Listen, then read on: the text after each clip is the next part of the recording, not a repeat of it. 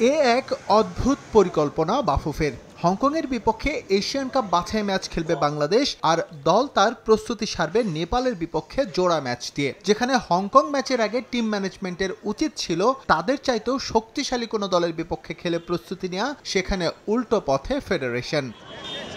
কঠিন কোনো দলের বিপক্ষে খেলে মিশনে নামলে কি হয় তার জলজলে দৃষ্টান্ত কদিন আগেই সেট করেছে নারী ফুটবল দল, অথচ সেটা দেখেও সেই পথে হাঁটেনি বাফুফে। অজুহাত হিসেবে দাঁড় করানো হয়েছে প্রতিপক্ষ না পাওয়া। ওই পিরিয়ডটায় ফিফা ফ্রেন্ডলিতে সবাই ম্যাচ খেলে, তো ওই পিরিয়ডটাই আসলে আমরা ওইভাবে হয়তো ইউরোপের কোনো টিমকে এখনো পাইনি। তারপরে মিডল ইস্টের বা মালয়েশিয়া, তারপর এই টাইপেরও যোগাযোগ করেছিলাম, কিন্তু হয় না, তারাও আরেক জায়গায় গিয়ে খেলবে। তো সুতরাং বাধ্য হয়ে কিন্তু আমাদেরকে বেছে নিতে। অথচ সিঙ্গাপুর ম্যাচের পর বাফুফেই জানিয়েছিল ইউরোপ, এশিয়া সহ বড় দলের বিপক্ষে খেলা ট্রাই করছে বাফুফে। তবে লম্বা সময়েও সেসব প্রতিপক্ষ ম্যানেজ করা সম্ভব হয়নি, যার ফলে কাঙ্ক্ষিত প্রস্তুতি নেওয়া যে সম্ভব হবে না তা মানছে ফেডারেশনও।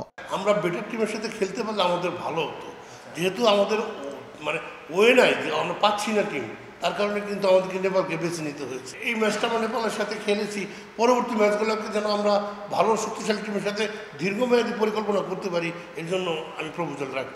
হঠাৎ করে নেওয়া পরিকল্পনায় এর চাইতে ভালো ফল পাওয়া সম্ভব না। ফিফা উইন্ডো মাথায় রেখে বড় দলগুলো বহু আগেই প্রতিপক্ষ নির্ধারণ করে রাখে, সেই জায়গায় দৃষ্টি দেবে তো বাফুফে। যেহেতু আমরা নেক্সট 4 বছর আমরা ফুটবলটা চালাবো, তো সুতরাং আমাদের একটা প্ল্যানিং অবশ্যই থাকতে হবে। আজকে থেকে 1 বছর পরে আমি কার সাথে ফিফা ওয়ার্ল্ড কাপ খেলবো, এটা করলে কি আমাদের প্ল্যানিংটা ভালো থাকে। তবে আমরা চেষ্টা করবো এটা ম্যানেজমেন্ট কমিটিতে তুলানোর জন্য, এবং চেষ্টা করবো এটা নিয়ে হয়। এছাড়াও দ্রুতই কোচ ইস্যু নিয়ে বৈঠকে বসবে জাতীয় দল ব্যবস্থাপনা কমিটি। মার্চ পর্যন্ত কাবরেরার চুক্তি থাকলেও পারফরমেন্স বিবেচনায় যে কোনো সিদ্ধান্ত আসতেও পারে অক্টোবর উইন্ডোর পর। কোচের পরিবর্তনের বিষয় বা কোচ রাখার বিষয়টি টোটালি ম্যানেজমেন্ট কমিটির উপর। এস এম ইকবাল, সময় সংবাদ, ঢাকা।